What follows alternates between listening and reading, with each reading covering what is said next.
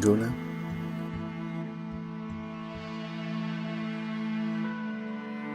Hi, my name is Rflynn, and I am the author and the director of The Smallest Story.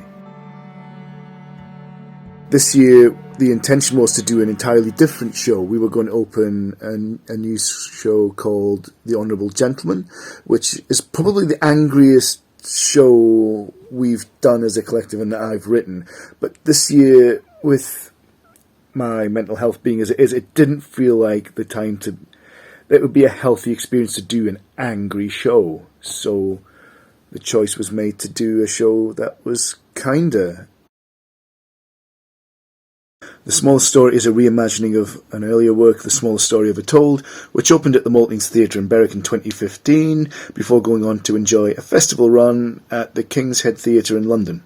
Between the original run and this time, the show's undergone quite the overhaul. I worked with a dramaturg, David McIntosh Lumge, and together we interrogated the script along with the London cast of the show and people from Dementia UK. We did a 2-week R&D, whereupon we got to meet Wendy Mitchell, who is the author of this incredible biography, someone that I used to know, and this wonderful blog, Which Me Am I Today, which charts just the day-to-day struggles of living with dementia. So from that experience, we really got to dig deep into Amy's struggle from a first-hand perspective and really deepen her experience.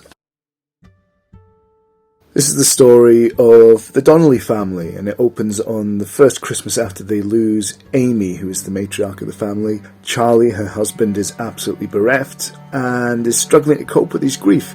This Christmas he finds a way to deal whereby he sits and owns all the hurt, all the bad things about how he's feeling, all the things he's lost, and he remembers his life in reverse, getting married, having kids, back to the point that they first meet, all the way from the sadness and the illness, all the way to the point where they've just met and there's so much hope and so much joy, and asks the question, if you could do this all again, knowing it's going to happen exactly the same way, would you do it?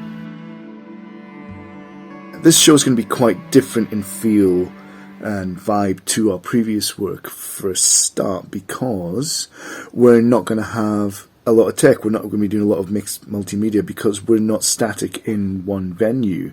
We are touring. Someone at Dunn's Playfest at a Q&A asked, after Why Henry's So Weird, asked the question, how essential is your tech to telling your story?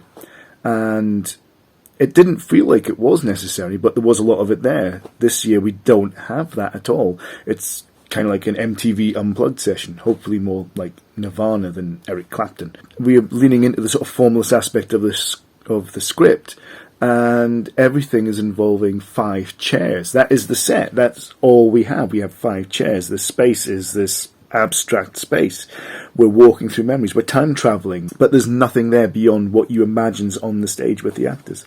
The play is a lot more formalist than a lot of my other work. Essentially, it's a tone poem. It was written while I was in talk therapy. This was a way to kind of, for me, to sort of cope with those feelings and just get it out there. I wasn't particularly good at talk therapy, but I was good at this. I was good at creating things from the things that were hurting. So we had this original version, and it's come back a lot more robust when it revisited. I absolutely knew it had to be a play about recovery.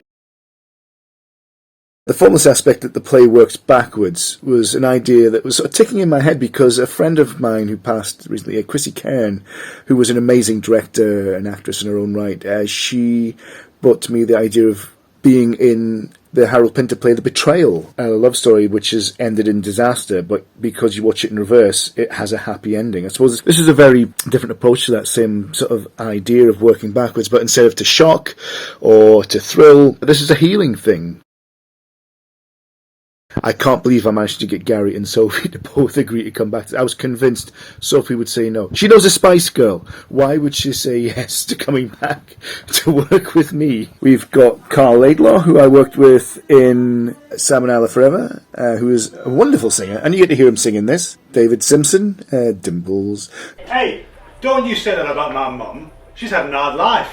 She lost both her kidneys by accident when she were a girl. One of the funniest men I know. The best at improvising, and he gets to he gets away with murder in rehearsal, and if it works, we keep it. I last worked with Bea 10 yeas ago, and what apparently the last time she was on stage. I wanted to work with her again. We had an actor drop out of the role, and I asked if anyone would be interested, and she just liked it. And I sort of messaged her. I saw you liked my post.